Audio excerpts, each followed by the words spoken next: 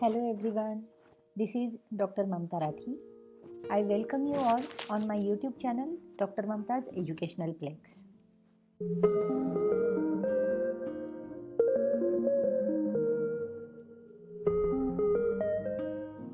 Friends, we are discussing multiple choice questions of economics. Till now, we have completed 4 series of economics MCQ type questions along with their answers. आज हम 5वीं series देखेंगे जिसमें हम और कई सारे क्वेश्चंस जो इकोनॉमिक्स के हैं उसे स्टडी करेंगे। अगर आपको इसके पहले की सीरीज़ देखनी है तो डिस्क्रिप्शन बॉक्स में उन चारों भी सीरीज़ की लिंक मैंने दे रखी है। इसी के साथ साथ कई सारे कॉमर्स के जो सब्जेक्ट्स हैं उनकी सीरीज़ MCQ की सीरीज़ बनी हुई है जो मेरी चैनल पर मैंने अपलोड कर दी है। आप मेरी चैनल को सब्सक्राइब कीजिए और वहाँ जाके आप उन सारी सीरीज़ को पढ़ सकते हैं। So let us begin with the 5th series of economics MCQ type questions. So here is our next question. The period of time in which the plant capacity can be varied is known as the market price, the short period, the long period, none of the above. वो कौन सा period of time होता है जिसमें जो plant की capacity होती है वो वैरिड होती है? तो वो होता है long period. Option C is the correct answer. Next, arc elasticity gives a better measure of point elasticity of a curvilinear demand curve as the curvature of the demand curve over the arc becomes less, the size of arc becomes smaller, both of the above, neither of the above. Arc elasticity जो होती है वो एक better measurement देती है point elasticity का curvilinear demand curve पर, क्योंकि जो कर्वेटर होता है डिमांड कर्व का वो आर्क के साथ लेस हो जाता है और साइज जो होती है वो आर्क के साथ स्मॉलर हो जाती है। ऑप्शन ए और बी दोनों स्टेटमेंट करेक्ट है। सो हाँ, option C both of the above is the correct answer. Next, production may be defined as an act of creating utility, destroying utility, earning profit, providing services. Production को किस तरह से define किया जा सकता है? तो प्रोडक्शन जो है वो यूटिलिटी को क्रिएट करता है, यानी कि किसी नीड के लिए वो एक चीज़ क्रिएट की गई होती है, उसे प्रोडक्शन कहते हैं हम। So option A is the correct answer. Next question, all the points on budget line represent decreasing total expenditure, increasing total expenditure, the same total expenditure, none of the above. Budget line पर सारे points क्या represent करते हैं? तो budget line पर जो सारे points होते हैं वो इंक्रीजिंग टोटल एक्सपेंडिचर को रिप्रेजेंट करते हैं। Option B is the correct answer. Next question, a rise in the price of a commodity will generally call forth a bigger supply, and this will be brought about partly by existing firms expanding their output and partly by the discovery of new sources of raw materials, new firms being attracted into the industry, the general expansion of the market, changes in the general level of consumers' income. अब जो rise होती है commodity की price में वो generally किस वजह से होती है? तो जो बिग सप्लाई होता है उस वजह से होती है, और ये जो होता है वो आता है पार्टली एग्जिस्टिंग फर्म्स की एक्सपांशन की वजह से, उनके आउटपुट की एक्सपांशन की वजह से, और पार्टली जो नई फर्म्स आती है वो जो अट्रैक्ट करती है इंडस्ट्री को उनकी वजह से। तो ऑप्शन बी जो है वो हमारा करेक्ट आंसर होगा। Next question, the difference between monopoly equilibrium and competitive equilibrium is the marginal cost should rise at the point of equilibrium under perfect competition, whereas under monopoly it can rise, fall or remain constant. Under perfect competition, the marginal cost is equal to marginal revenue, whereas under monopolistic conditions this needs to be the case. There is no difference at all, none of the above. Monopoly equilibrium और competitive equilibrium में क्या फ़र्क है? तो monopoly equilibrium में जो marginal cost curve होता है वो राइज होता है इक्विलिब्रियम के टाइम पर, और परफेक्ट कंपटीशन में मोनोपोली में जो राइज होता है वो परफेक्ट कंपटीशन में फॉल होता है और कांस्टेंट भी हो जाता है। तो ऑप्शन ए जो है वो हमारा करेक्ट आंसर है। Next question, a decision standard that selects the alternative with the best of the worst possible outcome is sensitivity analysis, game theory, the maximin theory, criterion और द मिनीमैक्स क्राइटेरियन। अब जो decision standard होता है जो select करता है हमारे alternative को, और अल्टरनेटिव वहाँ से सेलेक्ट करने हैं जहाँ पर वर्स्ट पॉसिबल आउटकम आने वाले हैं, तो उसे हम क्या कहेंगे? तो वो होता है maximin criterion. Option C is the correct answer. Next, in the case of normal good the income effect partially offsets the substitution effect, completely offsets the substitution effect, is always equal to the substitution effect, reinforces the substitution effect। अब जो normal good का case होता है उसमें income का जो effect होता है वो इनकम का इफेक्ट रीइंफोर्स करता है सब्सटीट्यूशन की इफेक्ट को। So option D is the correct answer. Next question, Thomas Malthus believed production can not keep on increasing, the population of a country will always increase, food supplies place a limit to the growth of population increase leads to a fall in output। अब Thomas Matthew का जो believe था वो था food supplies को लेकर। तो food supplies जो है वो लिमिटेशन लाते हैं जैसे according to growth of the population. So option C जो है वो हमारा करेक्ट आंसर होगा। Next, a firm may be considered to be of optimum size when its total cost and total revenue curve coincide, its average cost is at a minimum, its fixed and average costs are equal, it is faced with a horizontal demand curve। किसी भी firm को optimum size कब consider किया जाएगा? तो जिस firm का average cost minimum हो जाएगा, रिड्यूस हो जाएगा, उस समय में उसे ऑप्टिमम साइज का कंसिडर कर लिया जाएगा। Option B is the correct answer. Next, the cost assigned to factors of production that the firm neither hires nor purchases is called opportunity cost, social cost, economic cost, imputed cost। अब जो cost assign की गई होती है हमारी factors of production के साथ, वो ना कि हायर की गई है ना कि परचेज की गई है, तो उस कॉस्ट को हम क्या कहेंगे? तो वो होती है imputed cost. Option D is the correct answer. Next, a consumer's demand curve can be obtained from Engel's curve, income consumption curve, price consumption curve, none of the above। Consumer का जो डिमांड कर्व है वो obtain किया जाता है price consumption curve के साथ। Option C is the correct answer.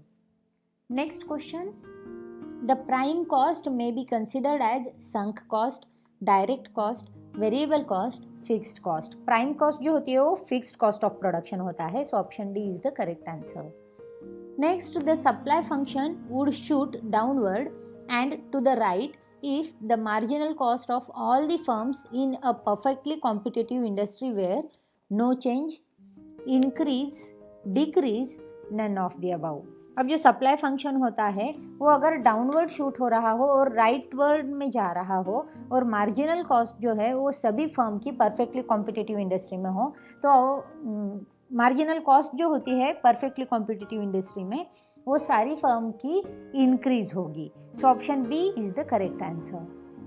Next, the competitive equilibrium leads to firms producing at a cost higher than the minimum, the firms producing at their minimum cost, the firm producing with excess capacity, some firms producing under decreasing cost and other under increasing cost.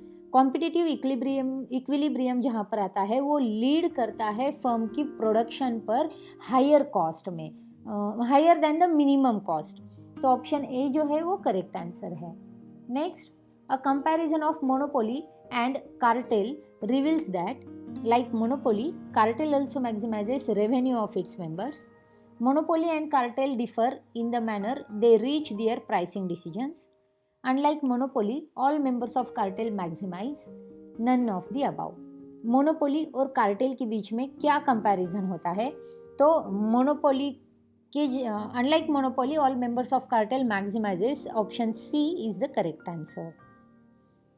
Next question, if a straight line demand curve is tangent to a curvilinear demand curve, the elasticity of the two demand curve at the point of tangency is the same, can be the same or different, different depends on the location of the point of tangency।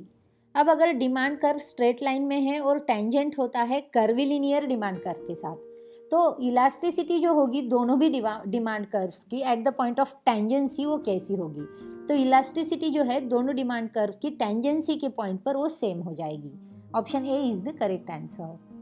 Next, If the percentage increase in the quantity of a commodity demanded is smaller than the percentage fall in price, the coefficient of price elasticity of demand is less than 1.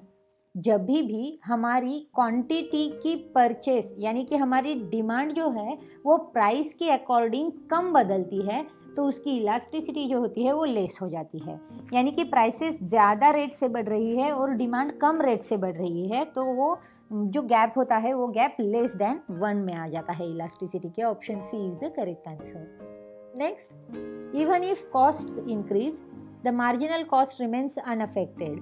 The cost is total fixed cost, variable cost, average cost.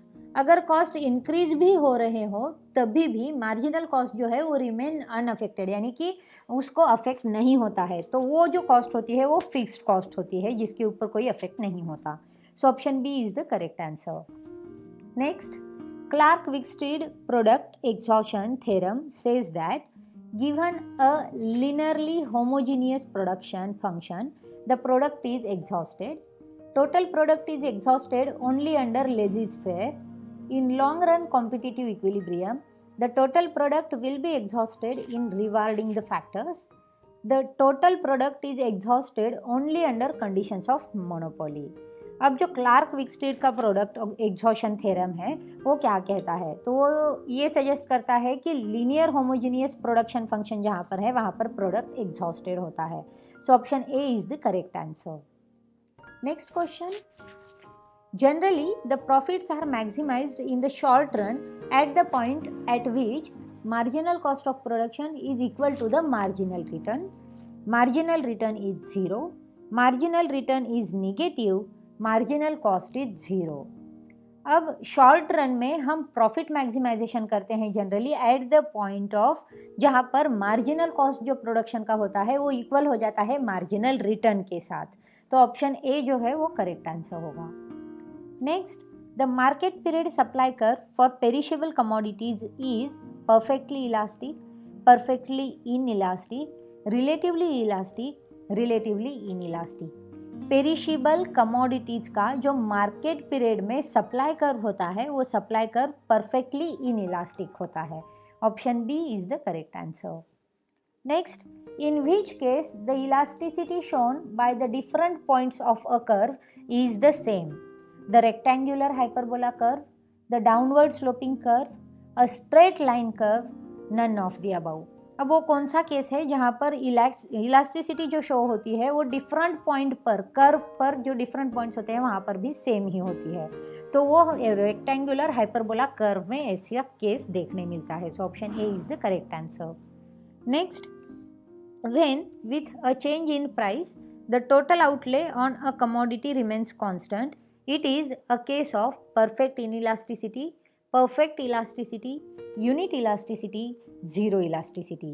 अब prices और total outlay में change देखने मिलता है और commodity जो है वो कमोडिटी कांस्टेंट रहती है, तो ये वाला जो केस है वो यूनिट इलास्टिसिटी में देखा जाता है। Option C is the correct answer.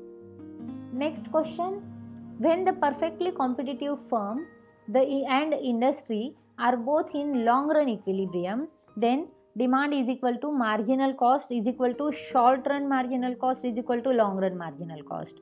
Prices is equal to marginal revenue is equal to short run average cost is equal to long run average cost. Price is equal to marginal revenue is equal to lowest point on the long run average cost curve. All of the above. Perfectly competitive firm और industry अगर long run में आ रहे हैं तो उसका जो equilibrium होगा वो इक्विलिब्रियम होगा prices is equal to marginal revenue is equal to lowest point on the long run average cost curve. Option C is the correct answer. Next, consider a demand curve which takes the form of a straight line cutting both axes. Elasticity at the midpoint of the line would be 1.5, 1.0, 0, 2.0। अगर demand curve है और वो straight line में है और दोनों भी axis को अगर कट कर रहा है तो इलास्टिसिटी जो होगी वो मिड पॉइंट लाइन के मिड पॉइंट पर वो 1.0 होगी। Option B is the correct answer. Next, in long run competitive equilibrium, the marginal firm will earn no profit. Every firm will incur losses. Every firm will earn only normal profit. Every firm will earn economic profit. Long run competitive equilibrium में सभी firms जो है वो normal profit earn करेंगे.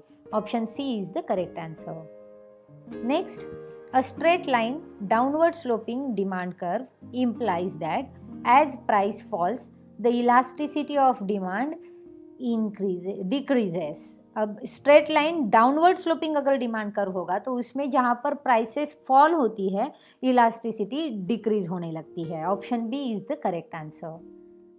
Next question, in the long run due to blocked entry pure profits can be made by pure duopolist, pure monopolist, pure oligopolist, none of the about.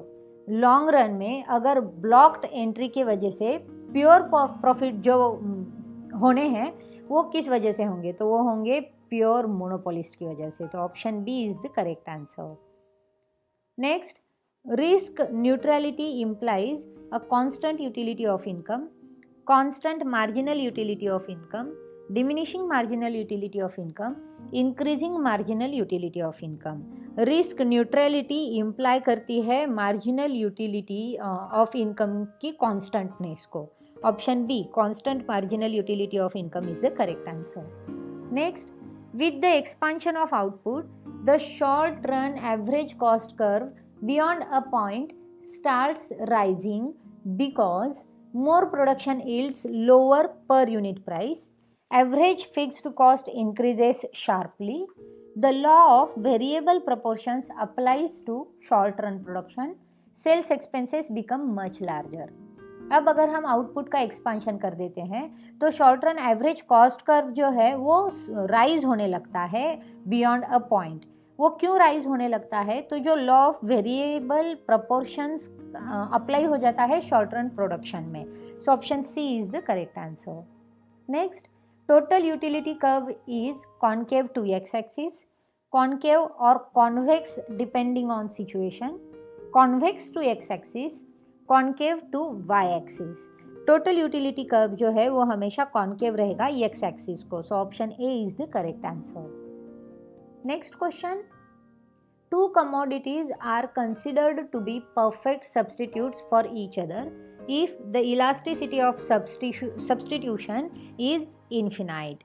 अगर दो commodities perfect substitute consider की जाती है एक दूसरे की तो elasticity of substitution जो होगा वो infinite होगा. Option D is the correct answer. Next, which of the following is the method of measuring elasticity of demand when change in price of a commodity is substantial? Point method, percentage method, arc method, none of these. अब इनमें से कौन सी method है elasticity measurement की जहाँ पर changes in price और commodity substantial होते हैं, तो उसके लिए आर्क मेथड यूज की जाती है. Option C is the correct answer. Next, the slope of the total variable cost or total cost curve indicates the average cost, marginal revenue, marginal cost, variable cost. अब total variable cost या फिर total cost curve का जो slope है वो indicate करता है marginal cost को. Option C is the correct answer. Next, indifference curve is downward sloping from left to right since more X and less Y gives less satisfaction, more satisfaction, equal satisfaction, maximum satisfaction. Indifference curve अगर downward sloping है left to right और since more X and less Y given है तो वहाँ पर equal satisfaction मिलता है. Option C is the correct answer. Next question, which of the following statements is correct or more nearly correct?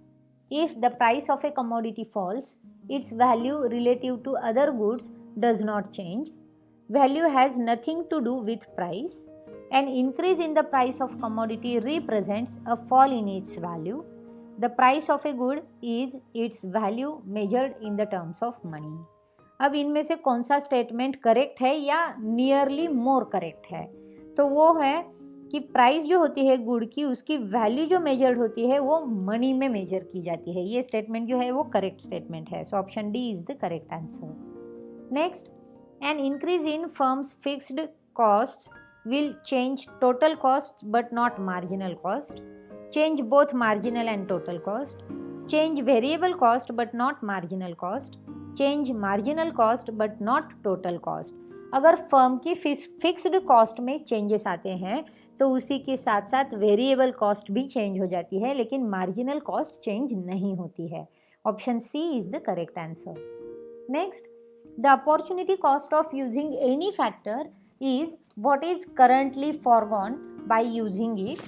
This definition of opportunity cost is given by Marshall, Professor Lipsey, John Robinson, Paul A. Samuelson। ये जो definition है वो definition दी थी लिप्सी ने, professor Lipsey ने। Option B is the correct answer. Next question, a monopoly producer usually earns abnormal profits, neither profits nor losses, only normal profits and losses which are uncertain। अब monopoly में producer जो है वो generally usually abnormal profits earn करता है, क्योंकि monopoly में prices पर पूरा इफेक्ट जो होता है वो प्रोड्यूसर का होता है। So option A is the correct answer. So friends, in this way we have completed our 5th series here. Here we have completed our 200 multiple choice questions of economics along with their logical explanations and along with their answers. Friends, मैं उम्मीद करती हूँ कि ये सारी series आपकी पढ़ाई में बहुत ही बेनिफिशियल साबित होंगी। आप खुद इस सीरीज़ की पढ़ाई तो कीजिए ही, साथ ही साथ अपने फ्रेंड्स के साथ और नीडी स्टूडेंट्स के साथ इन सारी सीरीज़ को शेयर कीजिए, ताकि सभी स्टूडेंट्स को एग्ज़ाम के लिए इन सारी सीरीज़ का बेनिफिट मिल सके। फ्रेंड्स, हम फिर से मिलेंगे नए वीडियो के साथ। तब तक के लिए keep in contact, keep in tune, please keep watching, keep sharing. See you soon. Thank you.